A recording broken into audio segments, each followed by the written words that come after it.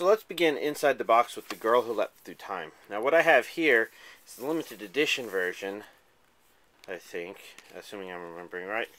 It also has this attached to the back, but I left it there because I almost don't want to throw it away.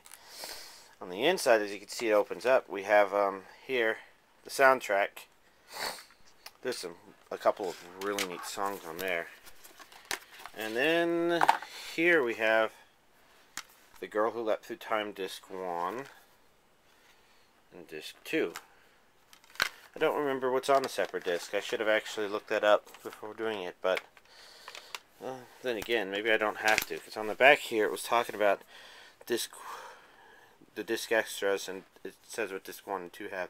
Now, it's also possible the regular release had both discs, and what this one has differently is this box and the soundtrack.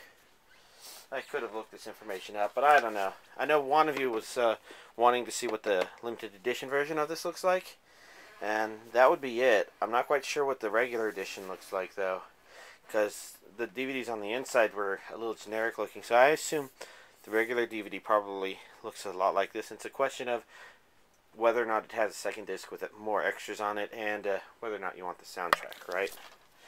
Next up, we have the third, The Girl with the Blue Eye. And I guess, let's see, my thought on the series. It was neat. Although, I'm not quite sure if that meant it was good or not. I know I enjoyed watching it. It felt almost kind of like a documentary, I guess, ish, of their future, but not exactly. I don't know. It was very strangely done, but not in a bad way. It's just in a hard to describe way. Yeah, I don't know. Okay, I was also asked to show pilot candidate, and as you can see, I have the individuals just right here. I haven't actually watched this, but nevertheless, I was able to actually guess that it was pilot candidate for somebody who was asking about it. And why don't we finish up this pile with a tin box version of Iria, Zeiram the animation, which I have not watched yet, and as I understand it, that it's supposed to be a classic. Now, these tins, of course, work by having a DVD on the inside.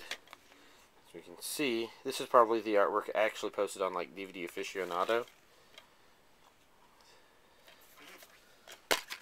Inside here, what do we have? Let's see. We have an insert that hides one disc, and we have the thing that falls on the ground. So there we go. We've got two discs here, and the thing that fell on the ground, was simply a Anime Works catalog. I don't know if I actually ripped that and put that on the server. Chances are I didn't. But that's a tin version of Iria Zeiram the animation. So, Ruroni Kenshin, I bought these season releases. I don't think the DVDs on the inside are too noteworthy. They're kind of a mess, as in, if you don't keep them in their order, it can actually be hard to tell what their actual order is. So if I can help it, I'm not taking the discs out of here again. I'm letting the server speak for itself. And actually, there's a good amount of animation on these things. So let's go through them. Basically, I already watched it. I don't need to dig them out. And if somebody else wants to watch them, they can watch the DVDs off the server.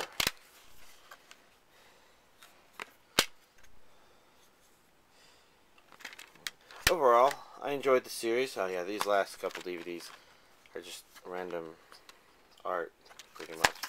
I enjoyed watching the series, although I enjoyed the first and third season more than the second. The second was a pretty stereotypical shonen one, which people who are fans of shows like Yu Yu Hakusho probably actually enjoyed that part more. I've heard other people talk about liking the second one, so maybe it's just my interest in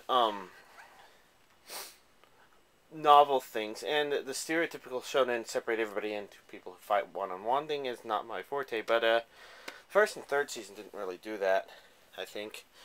So maybe that's why I enjoyed them more. You probably would for a different reason. This is a director's cut collection of Samurai X. Now, Samurai X and Ruroni Kenshin are the same series, just licensed by different people. I believe Ruroni Kenshin was licensed by under the name Ruroni Kenshin by Anime Works, whereas Samurai X is the ADV version.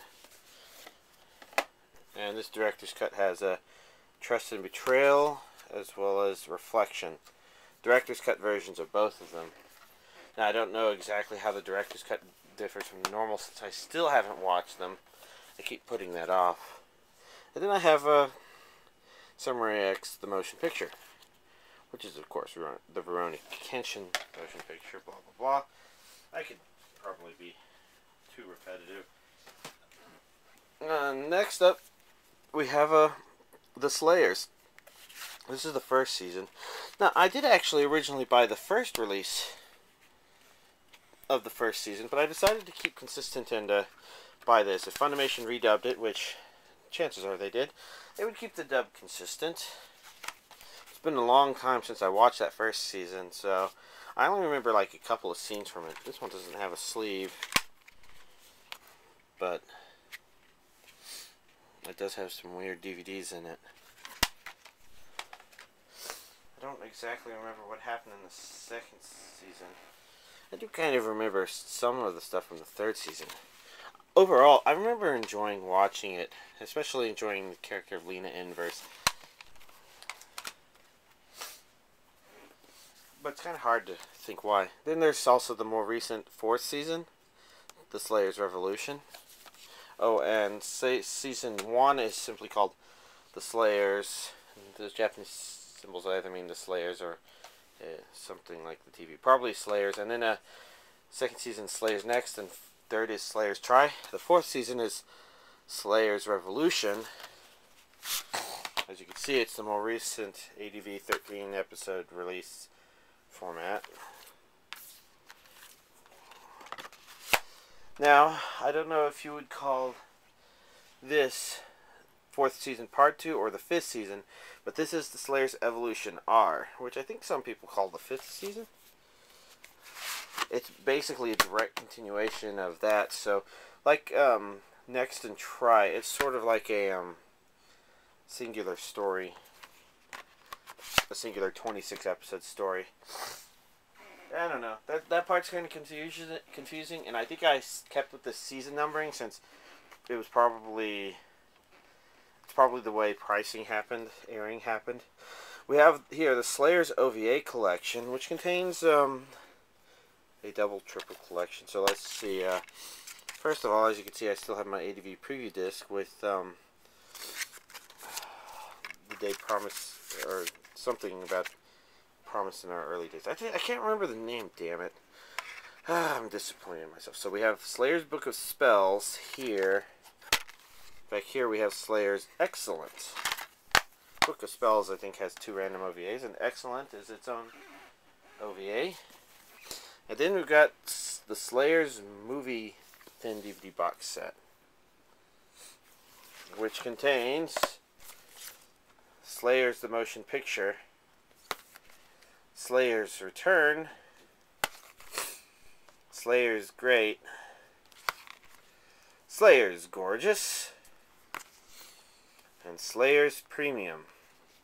So the interesting thing about watching Slayers, now that I remember it, is sometimes you never know if a confrontation is going to turn out massively awesome or massively silly. It kind of keeps you on your feet in that regard. So I think that was one good thing about it.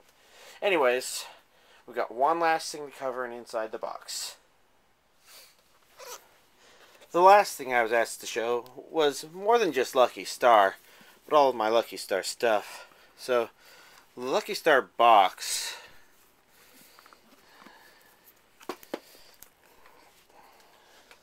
it opens weird like this. It's fairly solid material, although it's also a bit deformed, so getting the DVDs out can be tricky. But I think that's what these ribbons are usually for. So, let's see if I can actually get these out. And more importantly, if I can get them back in afterwards. There we go. Let's see. Let me put these in order. And open this up so that we can place the DVDs in correctly, hopefully, because as you can see it's a bit squished in. It makes the DVDs fit in tighter. It's not intentionally done though. So first off, actually, why don't we first check to see if this cover is invertible. It is not. I think this might have been a feature of the special edition versions of all these releases. I could be mistaken though, because as you've seen peeks of, the 6th volume doesn't look like those, and in fact if we take a peek it's probably not even reversible. Yeah. So the reason the 6th version is different is because they canceled the limited edition version of the 6th DVD release, which was quite unfortunate since obviously I was collecting them. And unfortunate to my friend who... okay, that did not go in... Sorry, I usually don't take my DVDs out, so putting them back in is kind of rare. Let's see. There we go. If we go all at once like that, then voila.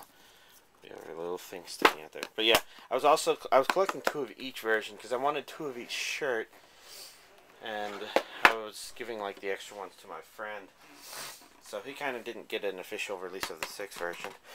Of course, there was also the Lucky Star OVA. Now, if I'm understanding correctly, there was a Lucky Star Complete Collection that was released fairly recently. It looked like it had probably the same 6 discs in here, which means it did not have this Lucky Star OVA.